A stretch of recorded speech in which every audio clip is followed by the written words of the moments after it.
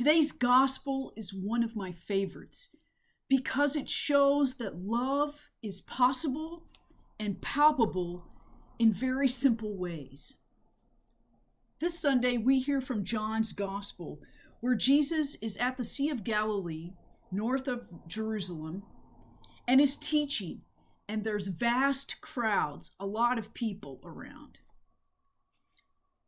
He catches sight of the crowd and then turns to one of the disciples, Philip, and says, "Where shall we buy bread to feed all these people?" And Philip replies, "Not even with 200 days' wages could we buy enough to feed them."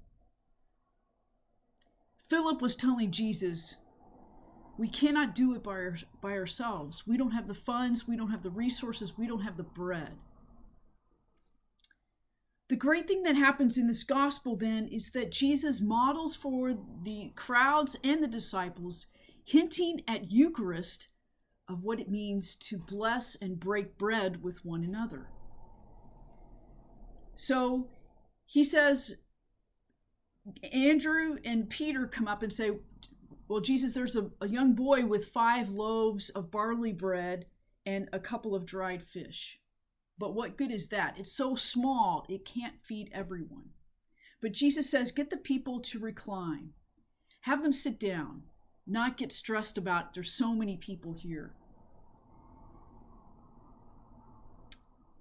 They said, even though the men, now I wonder if they counted women and children in that too, but numbered about 5,000. Again, a vast crowd. There was plenty of grass to find a place on the ground.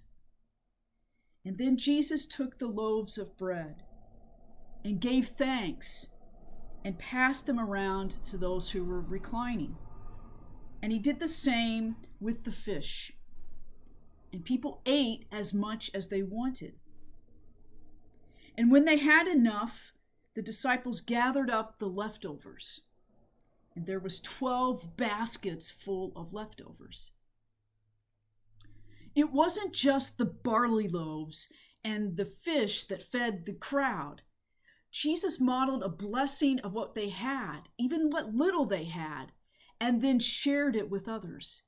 And it dawned on the crowd to do the same thing. They probably were packing lunches, food, other things, and when they sat down, reclining with each other, getting to know each other, they started sharing their bread, their food.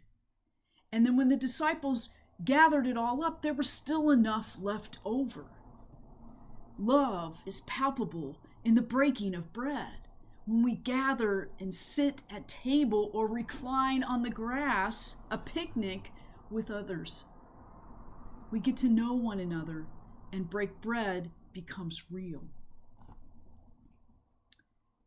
This also reminds me of family reunions that my family would have before COVID and hopefully again after COVID, when we gather together at a park and it's a potluck. We all bring something.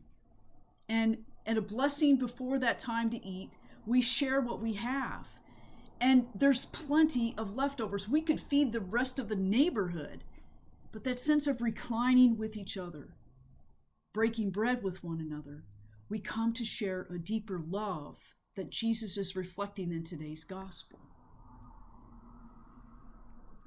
So this week, how will we give thanks and share what we have, even though it may seem very small?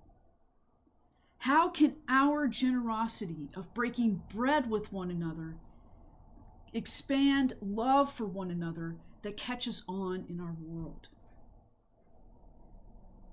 So that by next week, we have so many fragments of love that we can gather into baskets full and share that with other people.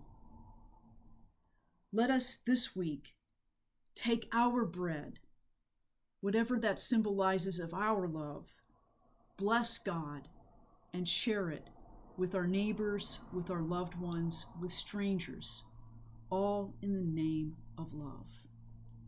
Amen.